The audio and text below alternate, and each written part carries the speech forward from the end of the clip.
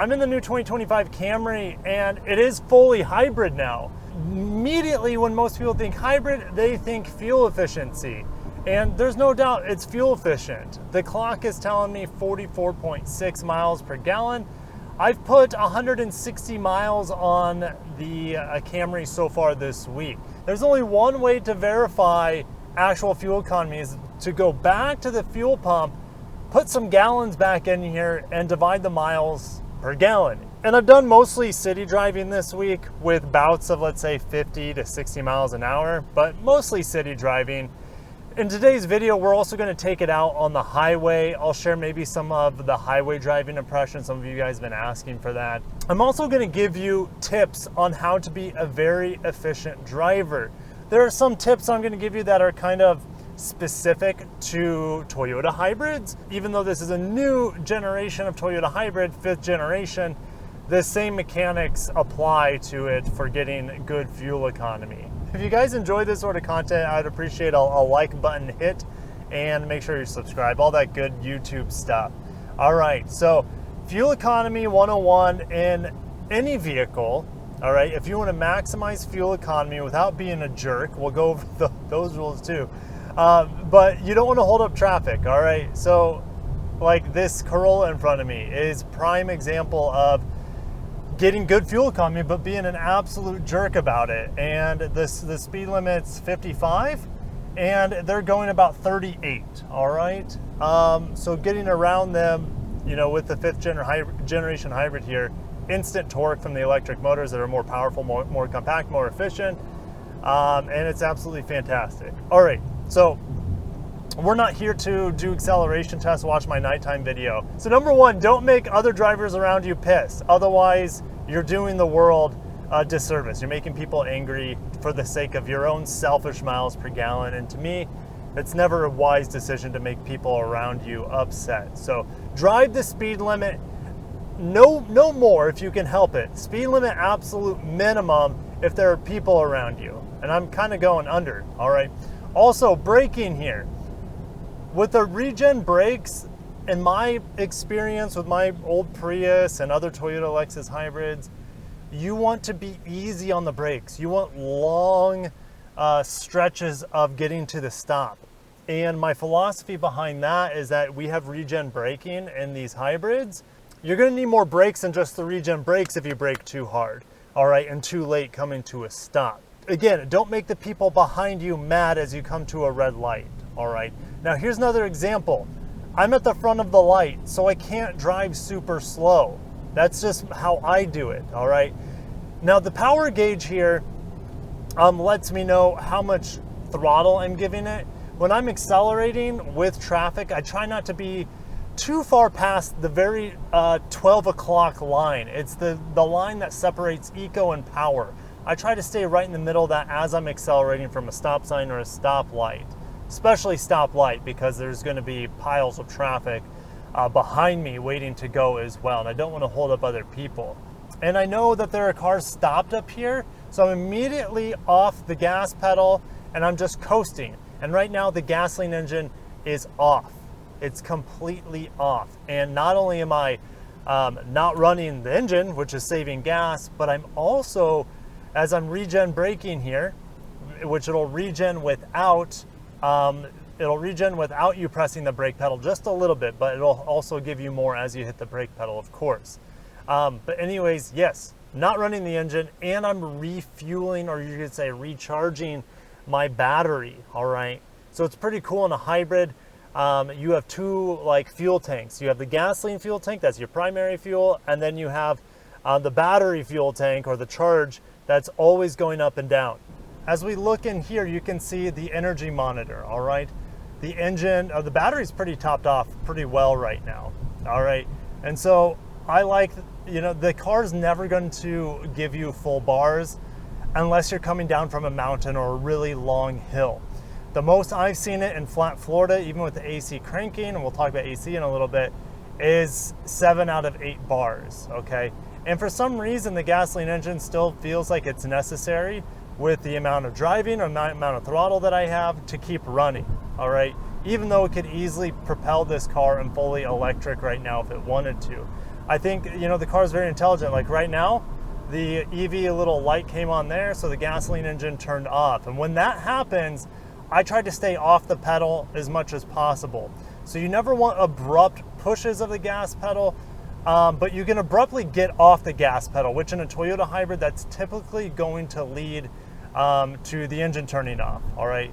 And we'll talk about acceleration a little bit more here in a little bit with a technique called pulse and glide. But as you can see here, I'm going a little bit too slow for my own liking. The speed limit's 50 and I'm going about 42, all right? So yes, I could be a fuel miser and just hang out behind that huge like flatbed thing up there, but I don't have the patience for that. So I'm gonna do at least the speed limit, and it's at 50 miles an hour. The head-up display tells me I'm going 2 miles over with a red speed limit sign, which you guys can also see in the MID, but the head-up display is pretty handy as well. The head-up display does not give me a lot of information for my hybrid. Unfortunately, the head-up display in my Prius, my old 2012 Prius, gives me my throttle on the head-up display, and I can see, you know, what my input on the gas pedal is, what my regen braking is, all that good stuff comes up on the head-up display, but that's not the case here on these new Toyota head-up displays.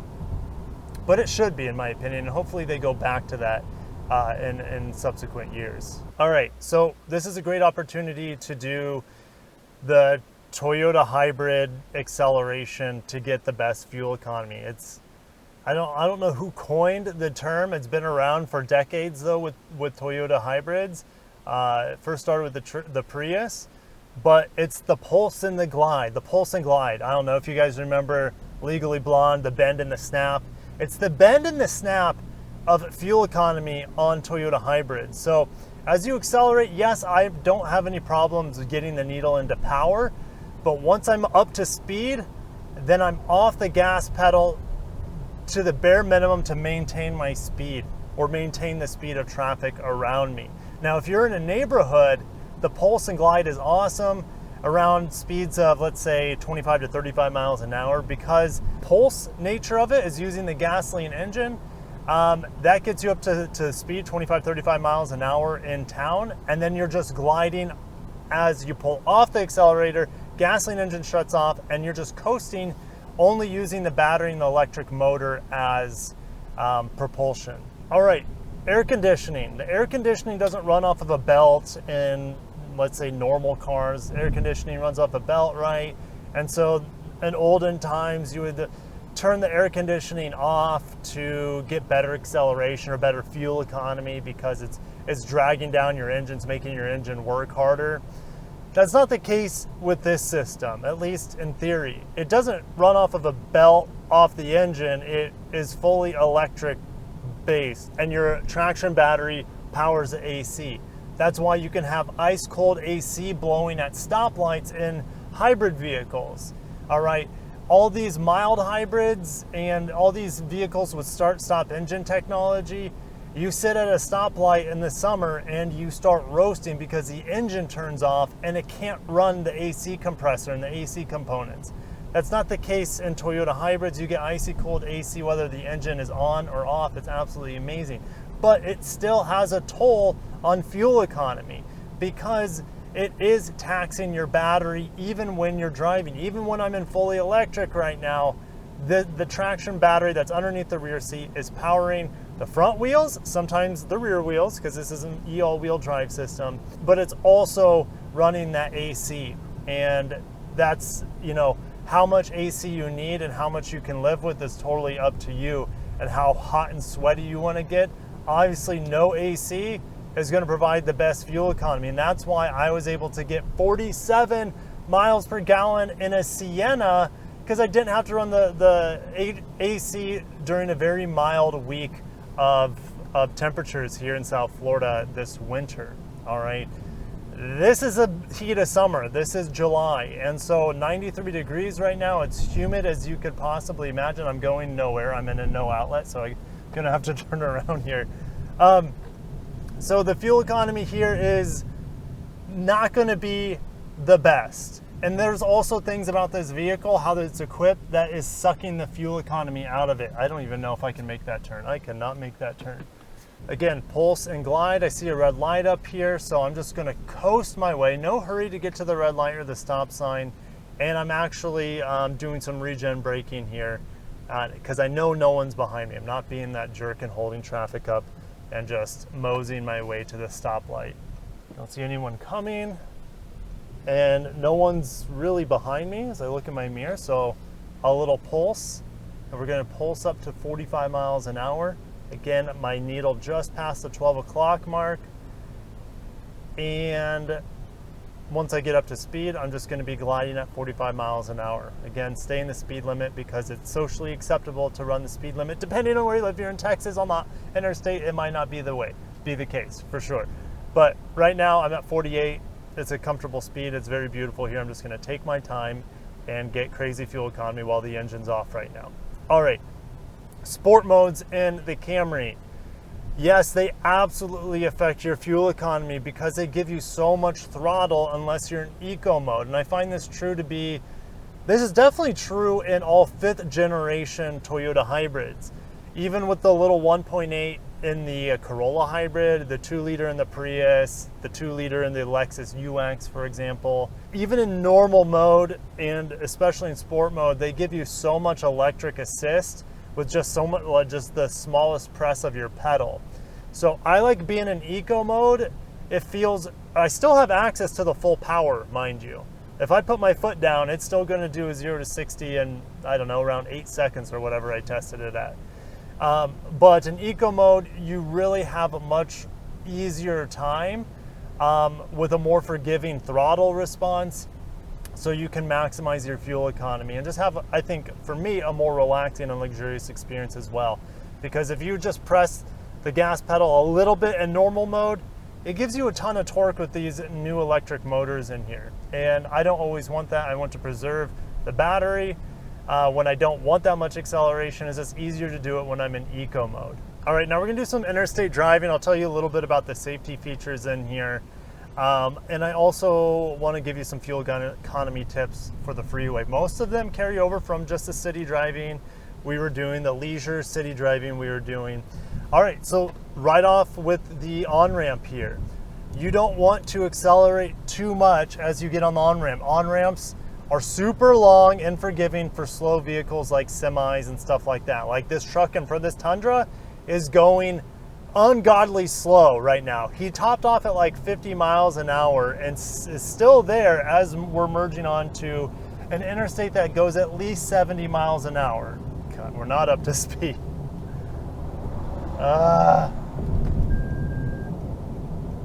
All right. Man, that passing power is pretty good here. My foot's not down all the way. And again, remember, I'm in eco mode. And I don't want to stay behind a car carrier. It kind of freaks me out. So we're gonna go back to the original lane here. And I'm also getting debris coming off that car carrier. All right, so if I just put cruise control at 70 miles an hour, it's telling me I'm getting about 46, 47 miles per gallon, I would say. All right. If I go to 75 miles an hour, it'll give me a pretty accurate reading here once I get up to speed, once it's leveled out. It's still telling me about 46, 47 miles an hour. So the Camry's, it's a sedan, it's low to the ground, it's very, very aerodynamic. So I would say up to about 75 miles an hour, you're still gonna be able to get about 45 or more miles per gallon. Here are some things that are crushing my fuel economy on the new Camry. And I typically get amazing fuel economy in Toyota hybrids because I know how to game them really well. And I've been trying to game this guy, and I'm still getting barely the EPA estimate for fuel economy, which on this car, let me get the window sticker out. I want to say it's 44. Yeah, 44 in the city, 43 on the highway. 44 miles per gallon is not, or 45 miles per gallon is what it's reading right now, is not impressive for a Camry hybrid in my opinion. Why is it not that good despite me tooting my own horn and knowing what I'm doing? Well, again, we got to fill it up to figure it out, but I have 19-inch wheels, optional 19-inch wheels here that are crushing. That's the biggest detraction to my fuel economy are these $1,500 optional wheels. Yeah, they look cool, but it's a Camry. Like, I don't care.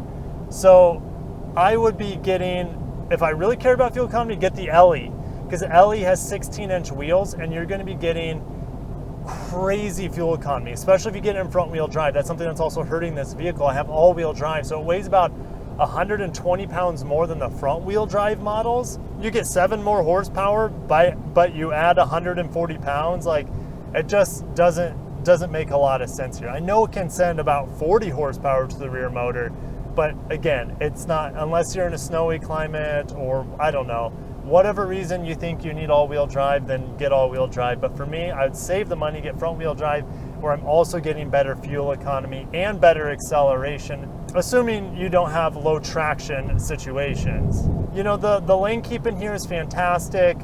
The radar cruise control in here is fantastic and smooth. We have a curve here. What's it going to do? And this semi is going slow. No hand on the wheel. It's not having any problem. No problem at all going around this turn. Okay, but you don't want to be behind semis for long. They're just kicking out so many rocks and debris on me.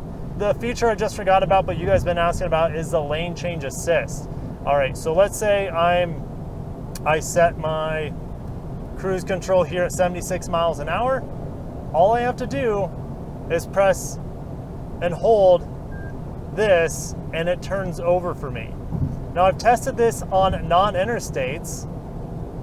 Oh, there it goes. Yeah, I didn't do any of it. It just turned for me. It turned into the next lane for me. I'll do it again, this time going uphill. It'll beep to let me know it's changing lanes. The head-up display shows me I'm changing lanes, which is pretty cool. And then that's it. There you go. So pretty gnarly. It's very similar to the MDX that I tested recently, but technically I'm still under embargo on that video, so I can't talk about that. But yes, it even works on non-interstates here. I was doing it like 50 miles an hour, and it was changing lanes for me.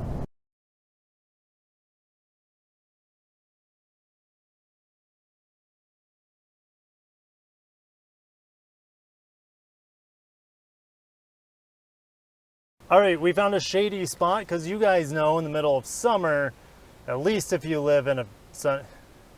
All right, we pulled into a shady parking spot here. It's summertime, you know. It's not important to be close to the doors of the store. It's important to have a shady parking spot.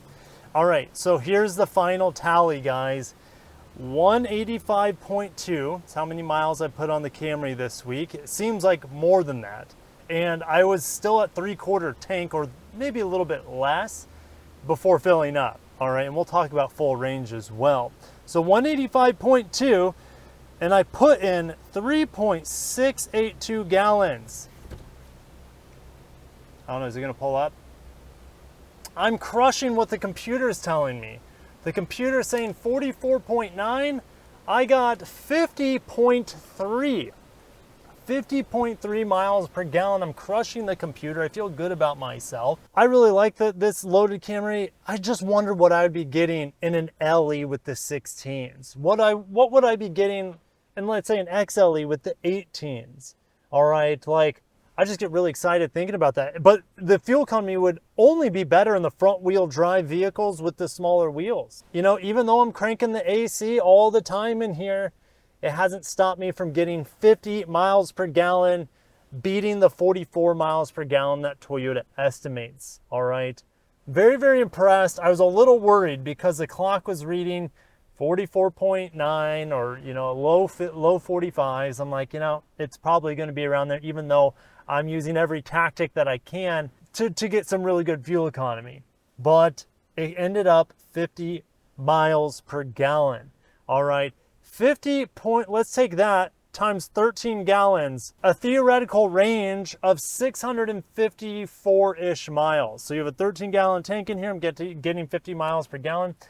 Guys, it should be easy to get 50 miles per gallon on the models or that are front wheel drive and have the smaller wheels, especially the LE. I won't be surprised if you could get 60 miles per gallon without breaking a sweat in the front wheel drive LE model, okay, with the 16-inch wheels. And that is not only does it get the best fuel economy, it's also the cheapest, right? It comes in, you can get the leather steering wheel, the leather seats. I think it comes with a sunroof too, and maybe smart key access, push button start. That's all on the base LE with the, I want to say it's a convenience package or something that gives you the nice leather wrapped steering wheel, the heated steering wheel. And that only comes in around $31,000. So that's my pick if you want a super budget. It's not like the world's cheapest car, right? But like if you want a nice budget Camry that gets you crazy fuel economy, it's going to be faster than this LE. Sorry, it's going to be faster than this XSE with these 19-inch wheels that add a lot of unsprung weight. It's going to crush your fuel economy. So anyways, I'm going to end it there. What do you think of today's format? Do you enjoy our... Oh, my time lapse is still going. Whoops. Did you enjoy the breakdown of the fuel economy, my tips to get good fuel economy here in the new Camry? 50 miles per gallon, you can ride it up, and I'll catch you guys in the next one. Peace.